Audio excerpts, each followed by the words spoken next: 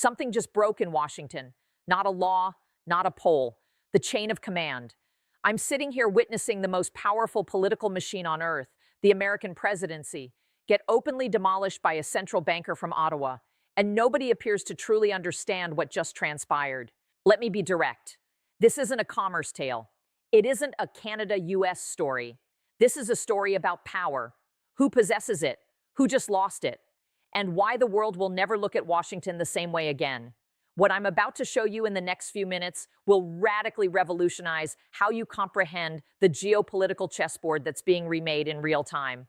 Buckle up. If you're new to Daily Brief, subscribe right now and hit the bell, because what I'm covering here is happening quicker than any mainstream publication can keep up with. You need to be here first. Let's go back 72 hours because this didn't start this morning. It started with a phone call, or rather, a series of phone calls that no one was supposed to know about. While cable television was transfixed on the White House's latest pronouncements, a quiet operation was being run out of Ottawa. Mark Carney's team, trade ministers, economic advisors, top diplomats, was burning up the lines, not calling the Oval Office, not phoning the State Department. They were calling governors, they were calling senators, they were calling the CEOs of the firms that actually operate the American industrial machine. They weren't threatening anyone. They were doing something significantly more effective. They were showing the math, and that math was terrifying. Let's rewind even further. The trigger was a demand. Trump declared a 25% universal tariff on all items entering the Canadian border: oil, vehicles, lumber, food, everything. He issued the threat with the typical pressure campaign: concessions on the border, on dairy, on energy. The message was clear: conform or pay. Trump felt, as he has believed before with Mexico, with NATO, with every bargaining partner he has ever faced, that the threat alone would be enough, that Canada would blink, that Carney would go to Mar-a-Lago, sit across the table, provide something minimal, and Trump would announce victory on Truth Social before noon. That's not what happened. Announcement number one, the Senate vote. And this one slammed the White House like a freight train.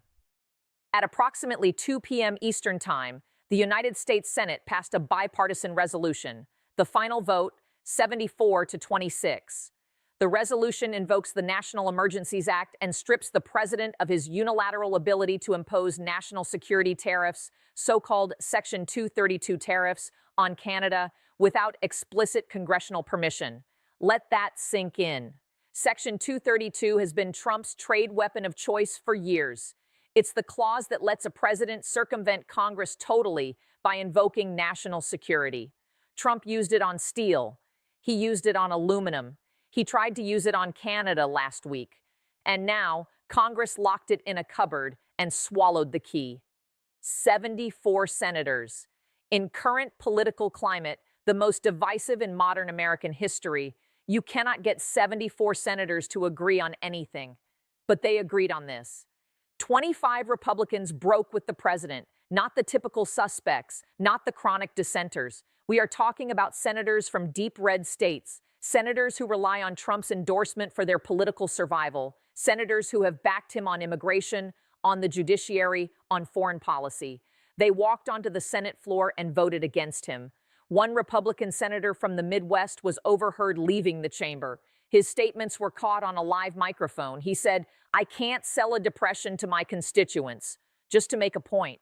That is hardly the sound of insurrection. That is the sound of terror, not fear of Trump, fear of reality. And here is why that matters beyond the headlines. For 4 years, throughout 2 consecutive terms, the Republican Party has functioned as a loyalty machine. You back Trump, or you are primaried. You endorse Trump, or your financing dries up. You back Trump, or the base turns on you in the next town hall. That machine just stalled. The vote wasn't close. It wasn't symbolic. It was overwhelming. And that divide, the difference between what Trump sought and what his own party delivered, is now a fracture line in American politics that will not close. This is receipt number one. Keep it. Announcement number two, the letter. And this one never made it to the public until now. Just hours before the Senate vote, a letter was released to 3 major news organizations. Simultaneously, the letter was addressed to the Senate Majority Leader. It was signed by the CEOs of 3 of the leading American automotive manufacturers and 5 major American energy corporations. These are not small players. These are the firms that employ hundreds of thousands of workers in the states that decide American elections. The language in the letter was not corporate. It was not hedged. It was frank in a way that corporate America virtually never permits itself to be in a political environment.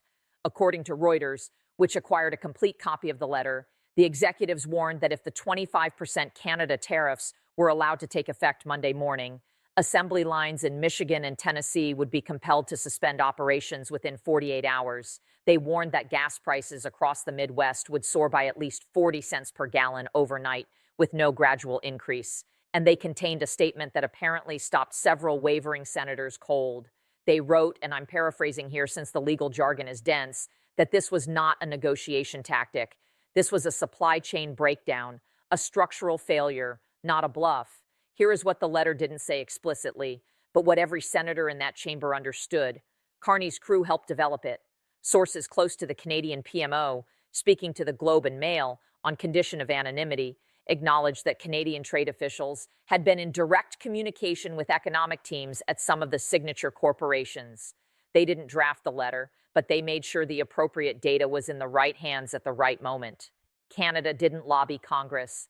Canada informed American business executives of their own vulnerabilities, and American business leaders did the rest. Stop. Reread that. Canada didn't fight Trump. Canada showed Trump's own allies what Trump was ready to do to them, and Trump's own allies pulled the emergency brake. This is receipt number 2, announcement number 3, the war room photograph. And this one is worth 1,000 words. A photograph began spreading on social media around 36 hours before the Senate vote. It was photographed within the Langevin block in Ottawa, the building that houses the Prime Minister's office. It shows Mark Carney at a lengthy conference table surrounded by his trade ministers and senior advisors. The table is covered in maps, not maps of Canada, but maps of American congressional districts, color-coded, annotated with predicted economic effect amounts written in marker alongside specific regions. They weren't planning a defense. They were targeting. They had identified the precise American districts where Canadian trade disruption would cause the most political damage. The districts that produce cars assembled with Canadian parts, the districts that run on Canadian oil and natural gas, the districts where farmers sell grain and beef into Canadian supply chains. And they made absolutely sure that the lawmakers from those districts understood exactly what Monday morning would look like in their town squares, in their factory parking lots, and in their constituents' bank accounts. As reported by the CBC and corroborated by Politico, Carney's team had been executing what one Canadian official called a precision engagement operation for the better part of a week. Not lobbying in the classic sense, not asking for favors, delivering economic intelligence surgically to the individuals who needed it most. At the moment, they were most ready to act on it. The cameras caught Carney departing that meeting. A reporter from CTV News screamed a question across the parking lot, asking if he was worried about the president's reaction. Carney didn't stop walking. He adjusted his glasses, glanced momentarily at the journalist, and said calmly, almost carelessly, "The math works for us. I hope the president examines his work." That's not a soundbite.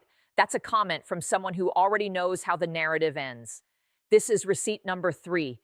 If you're finding this beneficial, press that like button right now and drop a comment telling me, did you see this coming?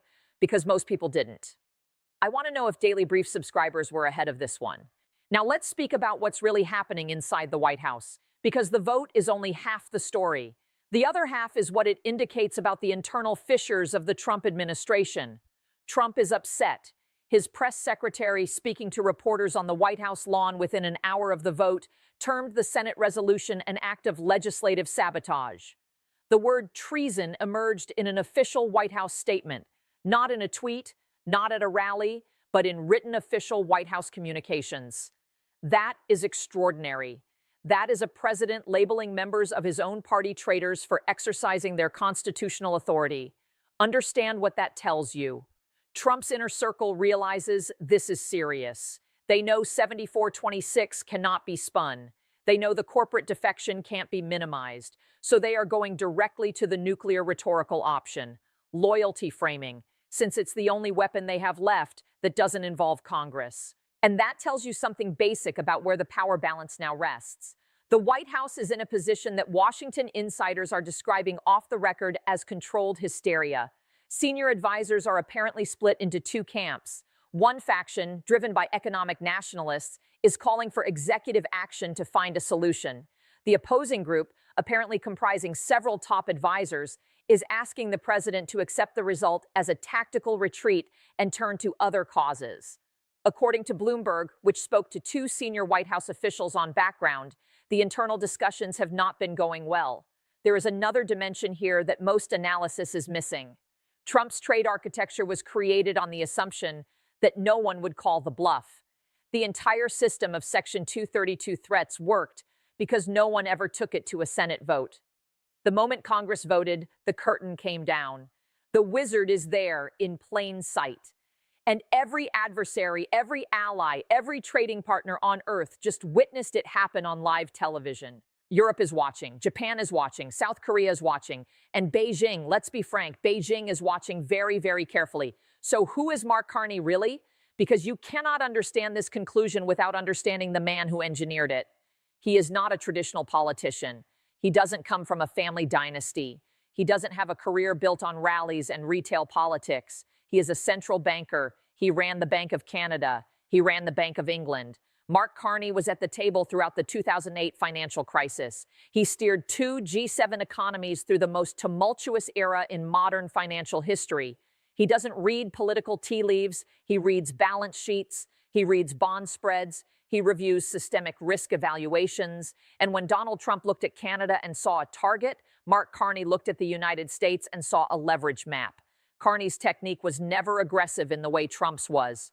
Trump's method is power by spectacle, the threat, the escalation, the claim of victory. It works on audiences. It works on cable news. It doesn't work on a spreadsheet. Carney knew that. He didn't fight the spectacle. He developed a parallel reality underneath it. While Trump was threatening tariffs publicly, Carney was developing coalitions privately. He went around the White House. He proceeded directly to the governors of Michigan, Ohio, Pennsylvania, and Texas. He went directly to the union officials that manage the auto workers and the energy workers. He went directly to the CEOs. His message was steady and devastatingly simple. The president is about to hurt you. I have the data. Here's the plan to stop him. I can help you if you help me. This is a degree of diplomatic expertise that Washington simply wasn't prepared for.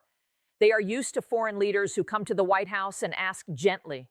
They are used to bilateral negotiations where the U.S. sets the terms and the other party accepts or resists at the margins. Carney didn't negotiate. He arranged. He turned the American political system against itself. And he achieved it using nothing but economic data and direct connection to the people who actually govern things. He also did something psychologically smart. Every time Trump escalated, Carney let him escalate. He didn't match the aggression. He didn't feed the spectacle. He secretly released Canada's retaliatory list: bourbon from Kentucky, electronics from Texas, agricultural products from states that hadn't even been in the conversation. And then he stepped back. Let the senators do the math themselves. Let the CEOs call their lobbyists. Let the political machine turn on its own gears. The bourbon goal was exceptionally exact. Kentucky is home to Mitch McConnell's political legacy. The bourbon industry there is not only economic, it's cultural identity. Hitting bourbon isn't just hitting a product, it's hitting a senator's home. It's personal. It was supposed to be personal. Carney is playing three-dimensional chess. Trump came to the table with a shotgun. Carney carried a surgical laser. And here is the concept that runs through all of it: sovereignty. Carney has constantly presented this fight not as a trade dispute, not as an economic debate, but as a matter of whether Canada has the right to exist as an independent nation with its own economic destiny. That framing resonates. It resonates in Canada. It echoes in allied capitals. And it even resonates softly, secretly, in some parts of American political life, where people still believe that allies deserve respect. Trump is looking to the next news cycle. Carney is looking at the next decade. And tonight, the long game won a pretty significant hand. Now let's talk about you. Because this is not abstract geopolitics. This is your economy, your wallet, your job. If you reside in Ohio, Michigan, Wisconsin, Pennsylvania, the states that build cars, that process steel, that operate on Canadian oil, you just avoided something. Those tariffs, had they taken effect Monday morning, would have shut down assembly lines within 48 hours. Not metaphorically, physically. The part supply channels that fuel American auto manufacturing run north-south across that border. There is no substitute for Canadian-sourced components in the time span Trump was proposing. Zero. The factories would have stopped. The workers would have been sent home. And in many cases, those workers are in counties that Trump won by 20 points. If you pay for petrol, well, and if you're watching this, you do. You nearly saw a 40-cent overnight jump at the pump. Canada is the largest single supplier of energy to the United States. Larger than Saudi Arabia, larger than any other single source. You tamper with that pipeline, and you don't pay at the diplomatic level. You pay at the petrol station every morning before your first cup of coffee. If you own a home, if you're looking to buy a home, if you work in construction, timber prices were going to rise. Canadian softwood lumber supports the American housing market.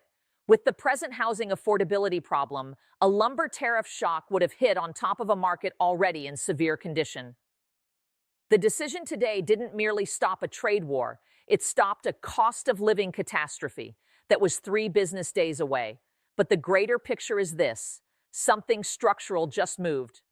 For 80 years, the United States has operated on a core assumption that it is the indispensable nation, that it sets the rules, that it determines the price, and the world pays it. When the U.S. president acts like a bully, and the U.S. Congress has to step in to stop him from ruining its own alliances, that presumption is shaken, not broken, cracked, but visible. And the world just saw the fracture in high definition. Canada proved something today that will resound well beyond this argument. It established that a middle power, a country of 40 million people, not a superpower, not a nuclear state, not an empire, can say no to the United States of America and triumph. Not by battling, but by being smarter, by knowing the system better than the people running it. If Canada can do it, why not Norway? Why not South Korea?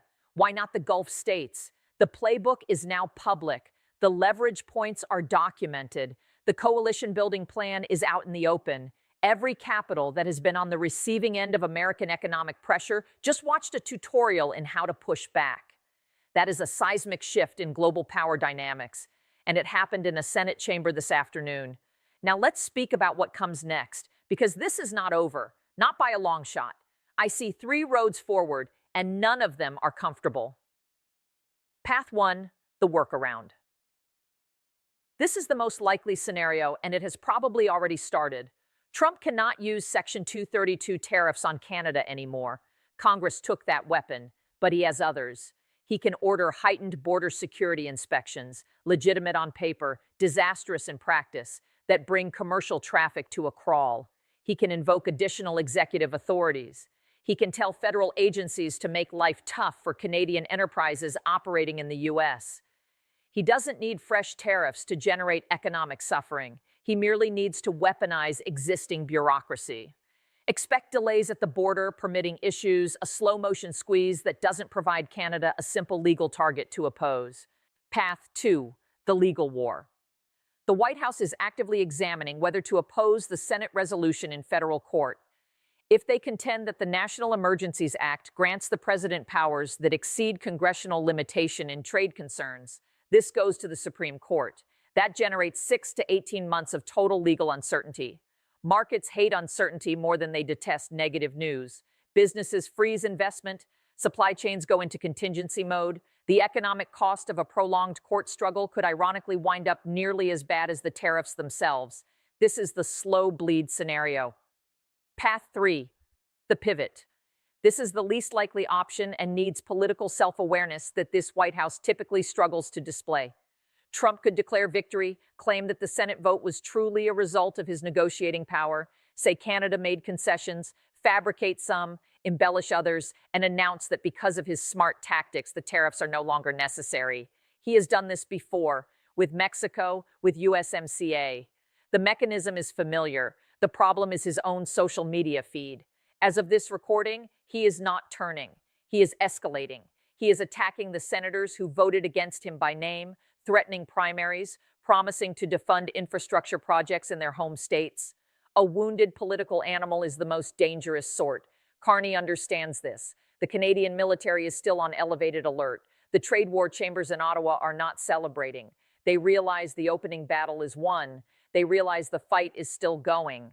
The world changed today, not with a missile, not with an army, with a vote, and with a quiet man in glasses who did his homework, established his coalitions, and let the math do the talking. Congress drew a line. They chose economic stability above political devotion. And that choice will define the legacy of this time in American history. When future historians write about the point at which the Republican Party reasserted its institutional independence, they may refer to this afternoon, or they may state that it was a single exception, sucked back up by the machine. We don't know yet. What we do know is this. Mark Carney entered into a fight that everyone expected Canada would lose. He went out having not simply survived, but having fundamentally transformed the power dynamics of North America. He established that sovereignty is not about size, it's about strategy. It's about doing the work, reading the room, creating the relationships, and understanding just where to apply pressure and when. Trump is down, he is not out. The next 3 weeks will challenge the American constitutional system in ways we have not seen since Watergate. The institutions are holding, barely clearly, loudly, but holding. And here at Daily Brief, we will be tracking every development in real time. If you're not subscribed, do it now. This is going fast, and the mainstream headlines are always 12 hours behind. Before I go, I want to leave you with the questions that I honestly don't know the answers to yet. These are the ones keeping me up tonight. Did Congress do the right thing? They protected economic stability, they protected jobs, they protected alliances. But did they also just assure every future president that Congress will check their trade authority? Does that diminish American negotiating power forever? Or does it strengthen it by making the U.S. a more stable and predictable partner? Is Carney safeguarding Canada? Or is he challenging Trump to push into territory that's much more dangerous? Every move Carney has made has been fantastic. But clever plays in chess may tempt your opponent into sacrificing their queen. What happens when Trump quits playing chess and flips the board? When the dust settles, when the tariffs are gone or modified, when the legal disputes are concluded, when the next election resets the pieces, which country comes out of this stronger? The one that started with more power or the one that utilized its power more wisely? Drop your answers in the comments. I read every single one. This discourse is just getting started, and you need to be present for what comes next.